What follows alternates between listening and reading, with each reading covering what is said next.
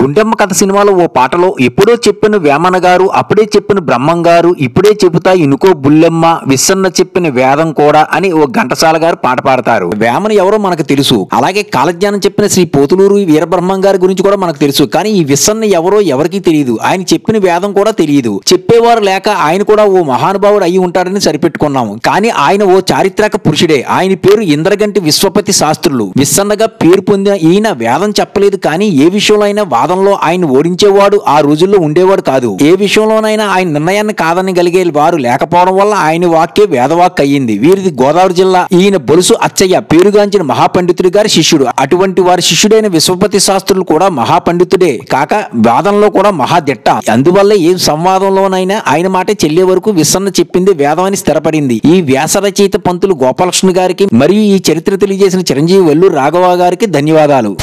Like subscribe చేయండి.